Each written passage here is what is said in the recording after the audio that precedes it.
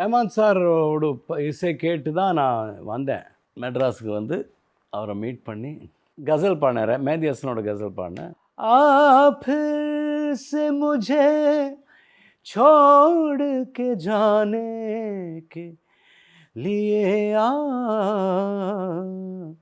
रंजिशे सही. இது கேட்டோன்னு தான் என்கிட்ட வந்து இந்த ஹிந்துஸ்தானியை கற்றுட்டுருக்கேன்னார். நான் ஒன்றும் கற்றுட்டு இல்லை சார், எனக்கு பைத்தியம் பாடுறது. நான் இங்கே சென்னைக்கு வந்தேன்னா ஐ வில் ட்ரைவ். அப்படி தான் நான் சென்னைக்கு பொட்டியும் பிடிக்குமோ வந்துட்டேன். நான் அதுக்குள்ளால் அவர் பெரிய ஆள் ஆகிட்டார் 1993. அப்புறம் புதிய முகம், திருடா திருடா, கிழக்குச்சி மேலே கண்டினியூஸாக எல்லாமே வந்து மணிரத்னம், பாலச்சந்தர், பாரதிராஜான்னு ஐ வாட்ச்ட் ஆல் தட். அது அவரோட ஸ்டுடியோக்குள்ளே உட்காந்து. அதுக்கு முன்னாடி வித்யாசாகருக்கு பாடிட்டீங்க.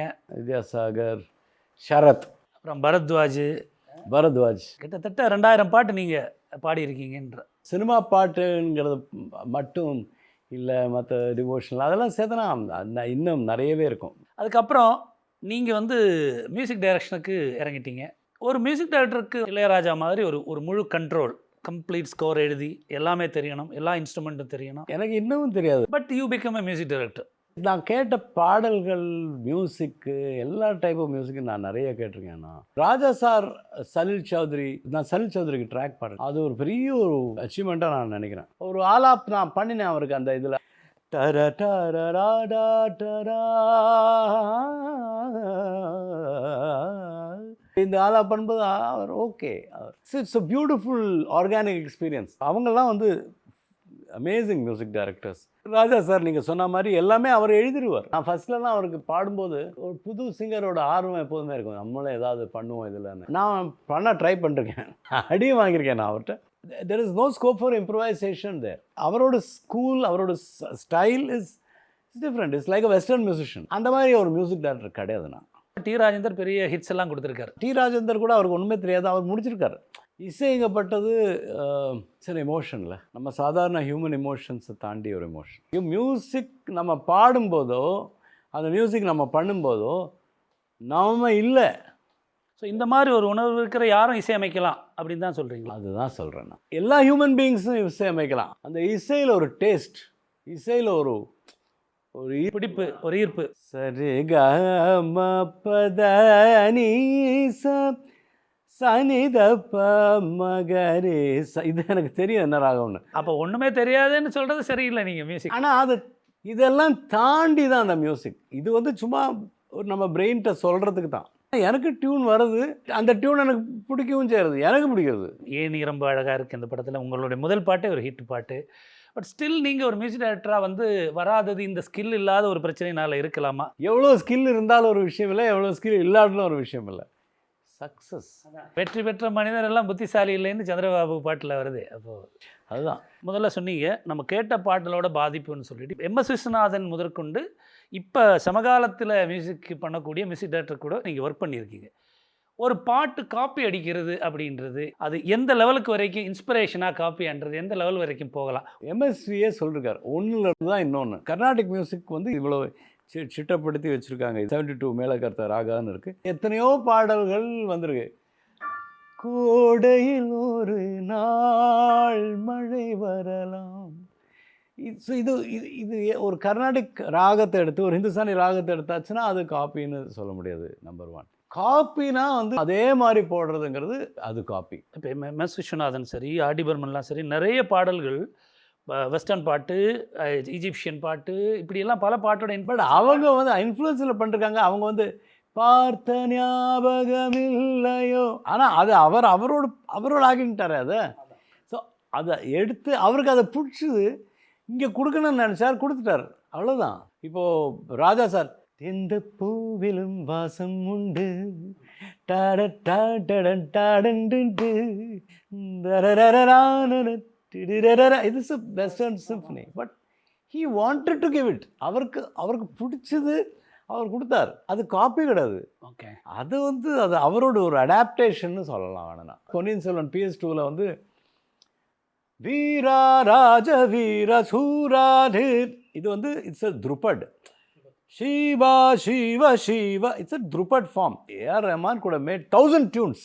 அவருக்கு அது ரொம்ப பிடிச்சது. இதுலேயே வேறு மாதிரி அதை அரேஞ்ச் பண்ணி அதை வந்து full strings and trumpets and ஹார்ன்ஸை போட்டு அது எங்கேயோ இருக்குது. ஆடி வரும் எத்தனை பாட்டு. மெஹபூபா மெஹபூபா மெஹபூபா மெஹபூபா. அது இன்னொரு பாட்டு. அந்த பாட்டு ஒரிஜினல் காட்டினா எஜிப்ஷியன் பாட்டு, எஜிப்ஷியன் சாங். அதுவும் வேறு மாதிரி இருக்கும். இது வேறு. ஆடி வரும் பற்றி பேசிட்டே போகலாம். அந்த மாதிரி sing a song, sing to தாரத்தான்னு ஒரு பாட்டு இருக்குது, கார்பெண்டர்ஸோட. இதே வந்து வேற ஒரு எமோஷனில் फिर वही रात है, फिर वही रात है ख्वाब की. அவரோட ஒரு பாட்டு வச்சே நமக்கு இதுக்கெல்லாம் ஆன்சர் சொல்லலாம். कुछ तो लोग कहेंगे, कुछ तो लोग कहेंगे. பேசுகிறவங்க பேசிட்டே இருப்பாங்க. அதிலெல்லாம் வந்து இது காப்பி இதெல்லாம் பேசவே கூடாது. எம்எஸ்வியை பற்றி சொன்னீங்க. எம்எஸ்வி கூட நீங்கள் ஒர்க் பண்ணியிருக்கீங்க. எம்எஸ்வி இறந்து போனதுக்கப்புறம் அவர் பண்ணி வச்சுருந்த ஒரு டியூனை எடுத்து அவருக்காக நீங்கள் ஒரு பாட்டு பண்ணியிருக்கீங்க. ஆமாம் ஆமாம். எம்எஸ்வி மாதிரி ஒரு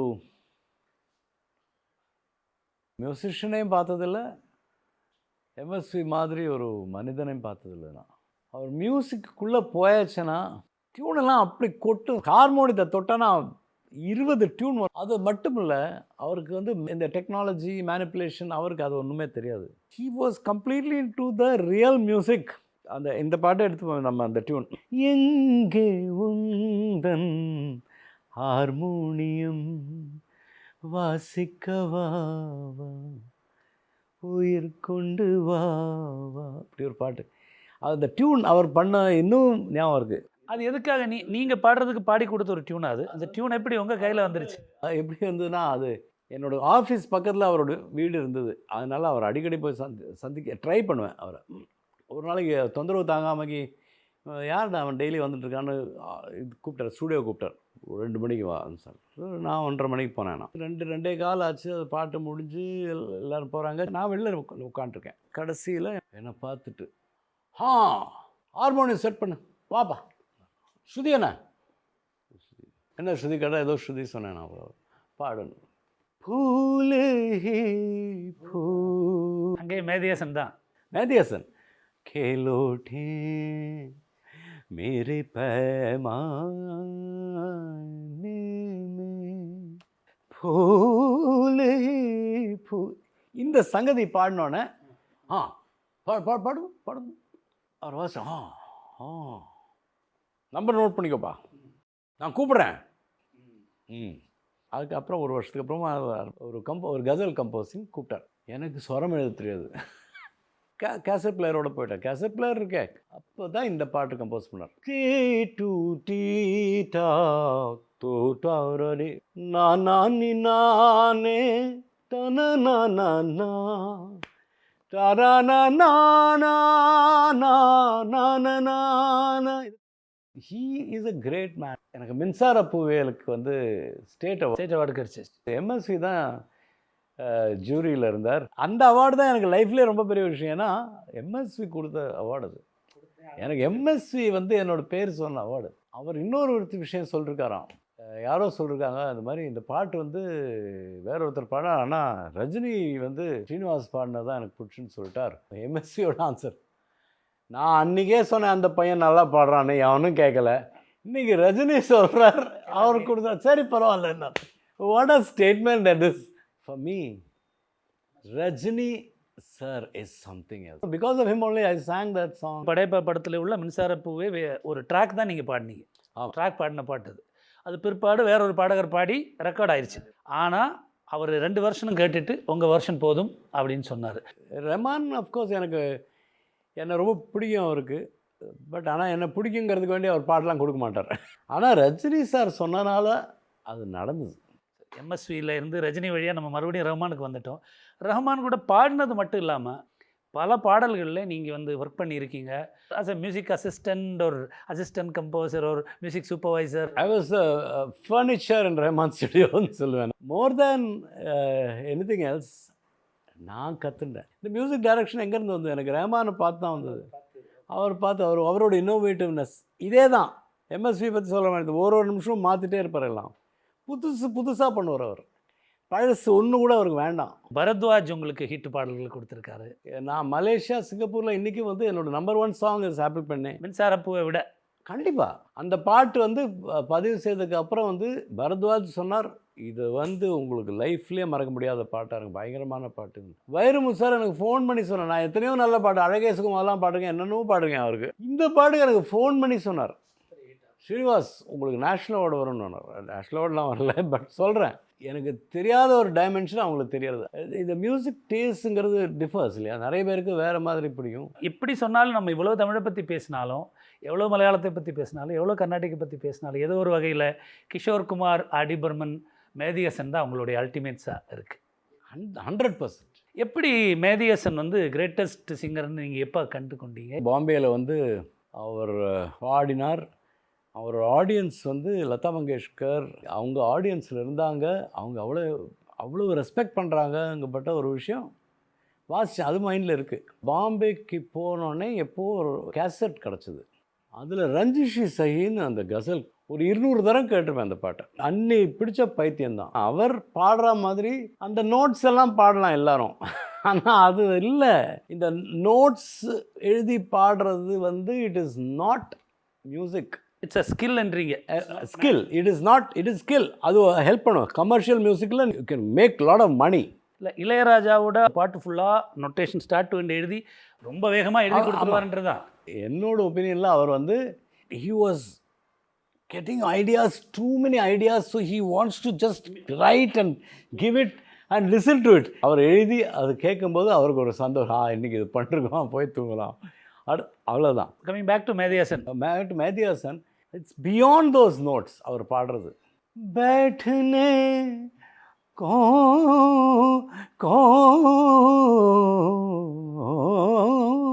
दे, இது வந்து நான் பாடுறேன், அவரை கேட்டு ஒரு 1000 தடவை கேட்டிருப்பேன். இது அவர் பாடுறது கேட்கணும், அதுதான் பாட்டு. கிஷோர் குமார் இதெல்லாம் பாட மாட்டார். அவர் சங்கதி பாட மாட்டார், ஒன்றும் பாட மாட்டார். सूरज की पहली किरण से आशा का सवेरा जागे, चंदा की किरण से धुलकर घनघोर अंधेरा भागे. இது ஒரு பிளெயின் நோட்ஸ், ஒன்றுமே கிடையாது இதில். ஆனால் அவர் பாடும்போது ஏதோ ஒன்று இருக்கும், அது என்னதுன்னு அது தெரியல. நீங்கள் மேதிஹசனுக்கு ட்ரிபியூட்டாக டைம்லெஸ் கிளாசிக்ஸ்னு ஒரு ஆல்பம் பண்ணீங்க. ஏஆர் ரஹ்மான் தான் வெளியிட்டார். இந்தியாவின் பெரிய இசை நிறுவனம் சரிகமா HMV இதெல்லாம் இருந்தும் சரியான முறையில் ரிசீவ் பண்ணப்பட்டிருக்கா அப்படின்னு சொன்னால் இல்லைன்னு தான் சொல்லலாம். எனக்கு பிடிச்சது நான் செய்வேன், ரிசப்ஷன் எனக்கு பிரச்சனை இல்லை, அந்த ஒரு மனநிலையோடு தான் இதெல்லாம் பண்ணுறீங்களா? அது நான் பண்ணினேன், என்னோட ஒரு சமர்ப்பணம், அவ்வளோதான். இப்போ நீங்கள் ஹிந்தியில் பாட போகும்போது அந்த பாட்டில் கிஷோர் குமாரோட பாதிப்பு இருக்கும். கிஷோர் குமாரோட பாதிப்பு இருக்குன்னு நீங்கள் சொல்கிறீங்க, நானும் அப்படி தான். பட் அந்த பெரிய இன்ஜினியர் சொன்னாருங்கிட்ட, ஆப் थोड़ा ஏஜ்தாஸ் ஜெய்சா ஹே ஆப்கா ஆவாஸ்னார். எனக்கு எப்போதுமே ஏஜ்தாஸ் வாய்ஸு என்னோட வாய்ஸும் வந்து ஒன்று சம்மந்தமே இல்லைன்னு தான் எனக்கு. ஆனால் அவருக்கு அப்படி தோணுது. அப்போ ஏஜ்தாஸோட இன்ஃப்ளூயன்ஸ் எனக்கு இருக்குன்னு தான் நான் பார்க்குறேன். தில் சாத்தா ஹை அமீர் கான் படத்தில் அந்த பாட்டு கைசி ஏறுத்துக்கு கிச்சுமே பிரபலமான பாட்டு, இந்தியா பூராவும் பாடப்பட்ட ஒரு பாட்டு. ஆனால் அதுக்கப்புறம் தொடர்ந்து ஹிந்தியில் உங்களுக்கு பெரிய வாய்ப்புகள் வரலை. தென்னிந்திய பாடகர்களுக்கு ஹிந்தியில் எப்போவுமே ஒரு அபார்த்தீட் மாதிரி ஒன்று இருக்குது. அப்படி இது சரின்னு நினைக்கிறீங்களா நீங்கள்? ஜெயஸ்தாஸ் மாதிரி பாடுறேன்னு அவர் சொன்னார்ல, அவருக்கு அப்படி தோணிருக்கு. அதாவது நான் என்ன தான் வந்து ஹிந்தி பர்ஃபெக்டாக பாடுறேன்னு நான் நினச்சாலும் நார்மலாக உள்ளவங்களுக்கு வந்து இது வந்து புதுசாக இது சவுத் இந்தியனோன்னு தோணும். உதித் நாராயண் வந்து இங்கே பாடுறாரு, வடநாட்டு பாடகர்கள் பாடுறாங்க, அவங்க பாடுங்க ஏற்றுக்கொள்ளப்படுது இல்லையா? சவுத்தில் இருந்து அங்கே போய் பாடும்பொழுது இது சவுத்து மாதிரியே இருக்குன்னா இது நார்த்து மாதிரியே இருக்கு. அந்த ப்ரெஜுடிஸ் இருக்கும், நமக்கும் இருக்கும் அவங்களுக்கும் இருக்கும். நம்ம கொஞ்சம் கூட வரவேற்போம். தமிழ் எஸ்பெஷலி தமிழ்நாட்டில் வந்து வந்தோரை வாழ வைக்கும் சொல்கிறது வந்து அது ரொம்ப உண்மை. தமிழ் மொழி பற்று எவ்வளோ பற்று இருந்தாலும் அந்த பாட்டை ரசிக்கிறோம் நம்ம. உதித் நாராயண் பாடும்போது 5 முட்டா 2 ரூபா நீ பாதி தென்று, அது நம்ம ரசிக்கிறோம். அது வந்து அங்கே கிடையாது, மலையாளத்துலையும் கிடையாது. மலையாளத்தில் வந்து லாங்குவேஜ் ரொம்ப இம்பார்ட்டண்ட். அங்கே தமிழன் பெருந்தன்மை அது தனி. நான் சும்மா ப்ரைஸ் பண்ணுறதுக்குன்னு சொல்ல, அதுதான் உண்மை. ஆனால் வேறொரு விஷயம் இருக்குது. நான் கேரளாவுக்கு போனேன்னா தமிழ் பாடலாம், மலையாளம் பாடலாம், ஹிந்தி பாடலாம், என்ன வேணால் பாடலாம், அவங்க ரசிப்பாங்க. கசல் பாடலாம். தமிழ்நாட்டில் நான் தமிழ் மட்டும்தான் பாட முடியும். மற்றது அவங்க புரியாத விஷயங்கள்லாம் அவங்க எழுந்து போயிடுவாங்க, அவ்வளோதான். ரொம்ப ஒரு நேர்மையான ஆளுங்க. அது ஓல்டஸ்ட் லாங்குவேஜ், ஓல்டஸ்ட் கல்ச்சரில். நீங்கள் ரியாலிட்டி ஷோகளில் ஜட்ஜாக வர ஆரம்பிக்கிறீங்க. நிறைய ரியாலிட்டி ஷோ, யாரையும் புண்படுத்தாமல் எல்லாரையும் ஊக்குவிக்கக்கூடிய ஒரு சிறந்த ஜட்ஜுன்ற ஒரு பேர் வாங்கின ஒருத்தர். இப்படி ஜட்ஜ் பண்ணக்கூடிய ஒரு விஷயமா பாட்டு? ஓகே, ரியாலிட்டி ஷோஸ் நான் பார்க்குறது இட் இஸ் லைவ் சிங்கிங், பொய் கிடையாது. பெரிய பெரிய மியூசிக் டைரக்டர்ஸ் கான்சர்ட்ஸ் பண்ணுறது லிப்சிங் பண்ணிட்டு இருக்காங்க, இல்லைன்னா ஸ்ருதி சேராமல் பாடுறாங்க. பாட்டு முதல்ல பதிவு பண்ணிட்டு இது பண்ணுறாங்க. ரியாலிட்டி ஷோஸ் ஒரு சாதாரணமாக எங்கேருந்தோ ஒருத்தன் அவன் லைவாக பாடுறான். லைவ் சிங்கிங் மாதிரி வேறு எதுவுமே கிடையாது. அந்த மொமெண்ட்டுங்கிறது அது தனி மொமெண்ட். ஒருத்தர் பாடுறார், எல்லாரும் வாசிக்கிறாங்க, நம்ம அது கேட்குறோங்கிறது அது ஒரு பெரிய ஒரு மொமெண்ட். அதுவும் நமக்கு பிடிச்ச பாட்டுனா இன்னும் அது எங்கேயோ போயிடுவோம் நம்ம. இப்போ அதை பற்றி அனலைஸ் பண்ண உட்காண்டாச்சுன்னா அங்கே சரியில்லை, இங்கே சரியில்லை, முங்க சரியில்லை, இது சரியில்லை. ஆனாலும் இது ஒரு காம்படிஷன் தான். அது காம்படிஷன். ஆனாலும் கோடி மக்கள் பார்க்குறாங்க. அது பார்க்கும்போது அவங்கள்ட்ட நீ பாடின அந்த மாதிரி நான் ஒரு நாள் எல்லாத்துலேயுமே சொல்ல மாட்டேன். யார் பாடினாலும் அதில் என்ன நல்லா இருக்குங்கிறது தான் நான் சொல்லுவேன். அது முதல்ல. அப்புறம் இந்த மற்ற விஷயங்கள்லாம் பார்த்துக்கோ, அதுவும் சொல்லுவேன் நான். சம்டைம்ஸ் அது போட மாட்டாங்க, அது வேறு விஷயம். ஸ்டேஜில் நின்று பாடும்போது தெரியும் எவ்வளோ கஷ்டம்னு. நம்ம இங்கே உட்காந்து என்ன வேணால் சொல்லலாம், நீ அந்த சங்கதி ஸ்லிப் ஆச்சு, அங்கே ஸ்ருதி சேரலை, அதுக்கு என்ன இப்போது? அப்போ கூட நான் என்னுடைய ஒரிஜினல் கொஸ்டின், வெற்றி பெற்ற ஒருத்தரை நீங்கள் தேர்ந்தெடுத்தே ஆகணும்ல, அதுக்காக தானே நீங்கள் நடுவராக உட்காந்துருக்கீங்க. என்ன பண்ணுறது, வேறு வழி இல்லை. எங்களுக்கு தெரிஞ்ச சில விஷயங்கள், சில டெக்னிக்ஸ் அவங்களுக்கு சொல்லிக் கொடுப்போம். எங்கே அவங்க மிஸ்லீட் ஆகிறாங்க ஓவராலாக தான் நான் சொல்லுவேன். இவன் பெட்டர் அவன் பெட்டர்ன்னு சொல்கிறது அது எங்கிட்ட கேட்டேன்னா அது கொஞ்சம் தப்பு தான்.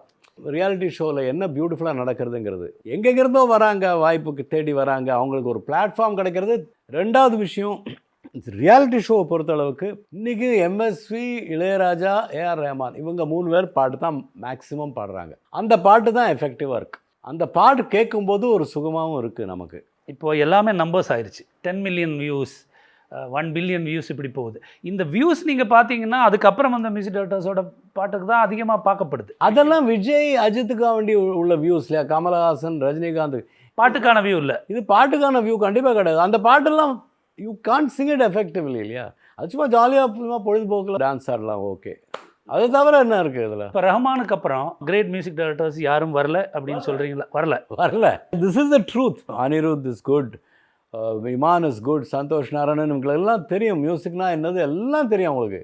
But they are nowhere close to this legendary music director. ஒரு 20 வயசு 22 வயசு இருக்கிற ஒருத்தருக்கு இன்னும் எம்எஸ்வி, இளையராஜா அல்லது ரஹ்மான் நினைக்கிறீங்களா நீங்கள்? அவருக்கு மியூசிக் இருந்தானா கண்டிப்பாக அந்த பாட்டு பிடிக்கும். அந்த வயசில் எனக்கு பிடிச்சது எஸ்டி பர்மன் பாட்டு பிடிச்சது, மெஹதி ஹசன் பிடிச்சது. இது ஒரு காலகட்டத்தோட மாற்றம் இல்லையா?